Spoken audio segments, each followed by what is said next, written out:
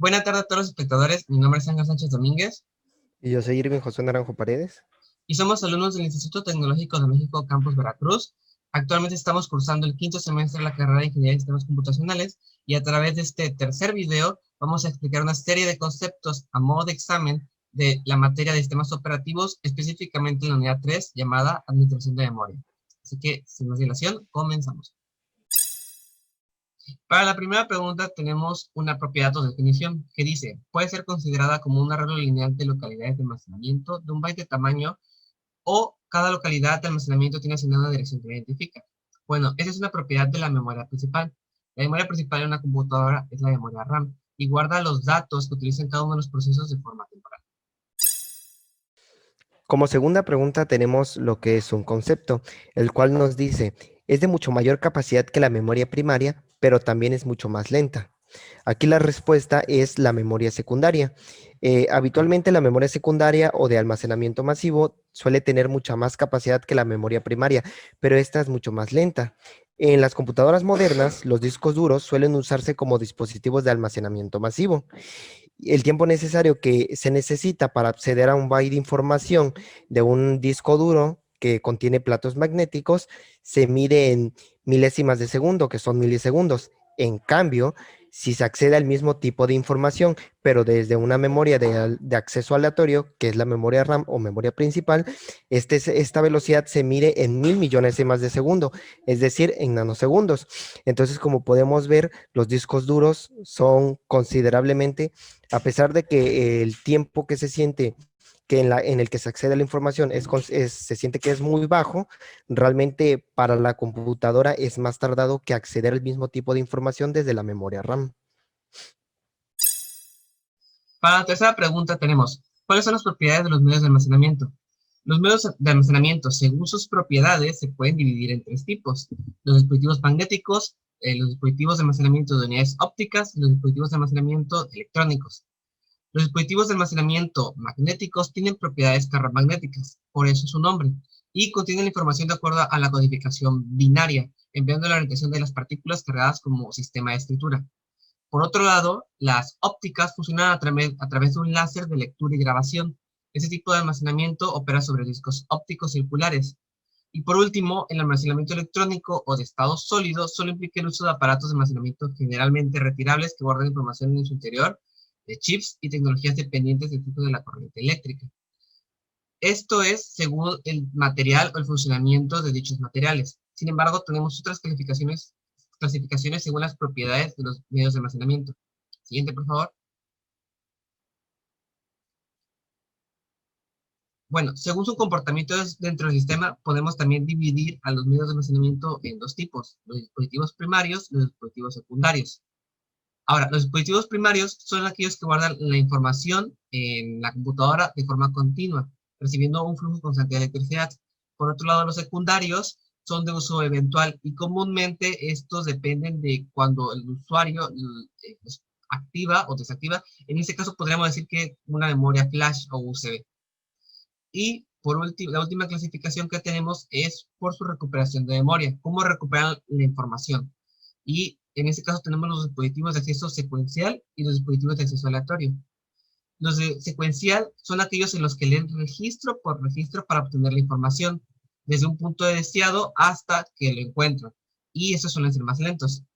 Sin embargo, los de forma aleatoria van directamente a donde se encuentra la información o el registro en el dispositivo de almacenamiento de forma física. Como cuarta pregunta tenemos lo que es otro concepto, el cual nos dice, está integrada en el microprocesador y permite guardar y acceder a valores muy usados. En este caso la respuesta es los registros. Los registros es una memoria de alta velocidad, pero que tiene poca capacidad. Esta está integrada en el microprocesador y permite guardar y acceder a valores muy usados. Estos valores, por lo general, son operaciones matemáticas. Los registros se miden por lo general en lo que es el número de bits que almacenan. Aquí lo principal de los registros es que se encuentran en la cima de la jerarquía de memoria y es la memoria con mayor velocidad con la que cuenta el sistema. Para la quinta pregunta tenemos una propiedad, una definición que dice, se usa una combinación de hardware y software para crearla y manipular la información. En este caso la respuesta es la memoria virtual. Recordemos que la memoria virtual es una forma de simular la memoria RAM, pero a mayor escala. Cuando la memoria física o la memoria RAM es insuficiente, lo que hace el sistema operativo es utilizar tanto el hardware y el software disponible para simular o crear un espacio en el disco duro llamado memoria virtual. Como sexta pregunta tenemos, ¿el número y tamaño de los procesos de la memoria varía en forma dinámica? La respuesta es multiprogramación con particiones variables. Cuando se emplean las particiones variables, el número y el tamaño de los procesos de la memoria varían en forma dinámica todo el día. De la misma forma, las particiones varían en el número, localidad y en el tamaño. Para lograr lo anterior, se realizan procesos de compresión de memoria que permiten tener particiones grandes en la memoria disponibles a los procesos, lo que provoca una mayor complejidad en lo que es la asignación y desasignación de la memoria, así como en el control de la misma. Como podemos ver en la imagen, tenemos un ejemplo de una memoria de 1024 kilobytes y como podemos apreciar está dividida en diferentes particiones y pero estas particiones no son del mismo tamaño, sino que son de tamaños variables.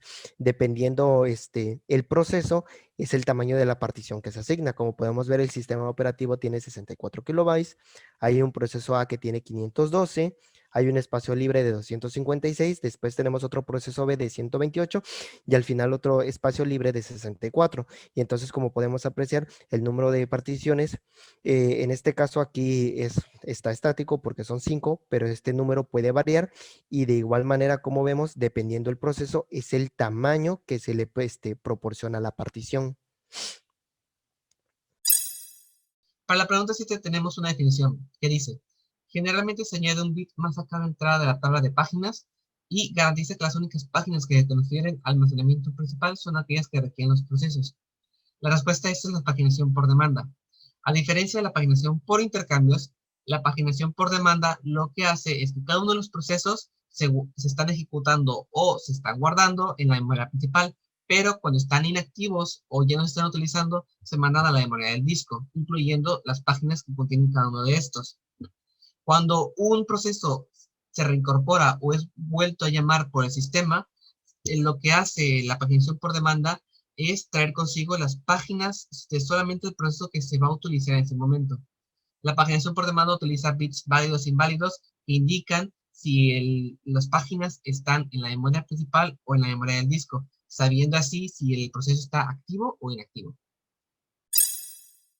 Como pregunta 8 tenemos, describe las estrategias de reemplazo de páginas. En total tenemos lo que son 6 estrategias de reemplazo de páginas, las cuales son algoritmos para hacer lo que es reemplazo de páginas. La primera de ellas es principio de optimización. Esta indica que para obtener un rendimiento óptimo, la página que se va a reponer es una que no se va a utilizar en el futuro. Como segunda estrategia, tenemos reposición de página al azar. Esta consiste en escoger al azar la página que va a ser reemplazada. Todas las páginas del almacenamiento principal deben tener la misma probabilidad de ser reemplazadas. El problema de esto es que no es factible predecir el futuro.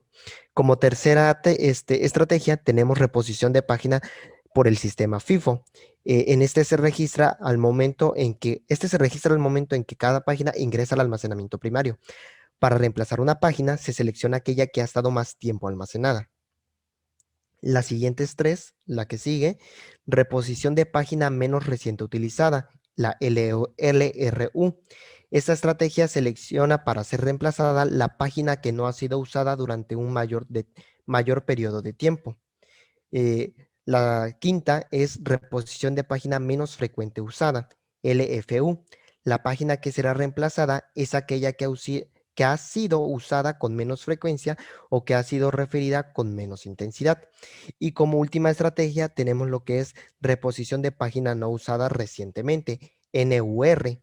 Las páginas que no han tenido uso reciente tienen poca probabilidad de ser usadas en el futuro próximo y pueden ser reemplazadas por otras nuevas.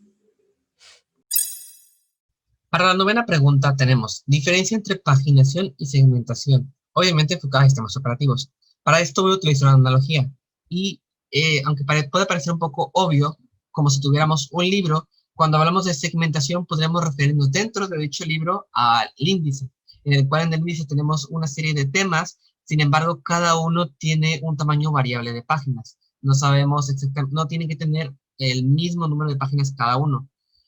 Por otro lado, En el mismo libro tenemos que está dividido en páginas, página 1, página 2, página 3. Podemos entender que las páginas tienen una serie o guardan cierta información, pero no todas las páginas guardan tampoco la misma información.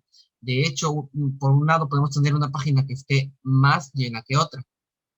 Pero bueno, ahora hablando de definiciones más específicas, la paginación y la segmentación son esquemas para la gestión de memoria. Por un lado, la paginación es un esquema en el que una página es de tamaño de un bloque fijo. Por otro lado, la segmentación es un segmento, o sea, un conjunto de tamaño variable. Por otro lado, en la paginación, el hardware decide de qué tamaño va a ser la página. Como les comentaba en el libro, todos tienen un tamaño predefinido, pero no siempre se tiene que ocupar toda la capacidad. Por otro lado, la segmentación, aquí el usuario tiene la disponibilidad de elegir el tamaño del segmento. Y de hecho, el usuario también tiene la posibilidad de visualizarlo en el sistema operativo. Por último, hay otra propiedad que se puede diferenciar entre cada una de ellas, que es la fragmentación. En la paginación y la fragmentación, una página puede conducir a una fragmentación interna, mientras que la segmentación, de forma contraria, conduce a una fragmentación externa.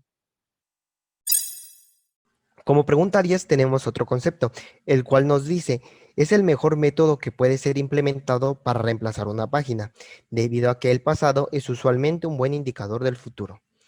En este caso, el método es reposición de página menos reciente usada, LRU, el cual es un algoritmo de paginación. Este consiste en reemplazar aquella página que no haya sido referenciada en el mayor periodo. La idea de este algoritmo es que las páginas que no se han referenciado en un buen periodo de tiempo difícilmente serán referenciadas en un tiempo cercano. Es el mejor método que puede ser implementado debido a que el pasado es usualmente un buen indicador del futuro.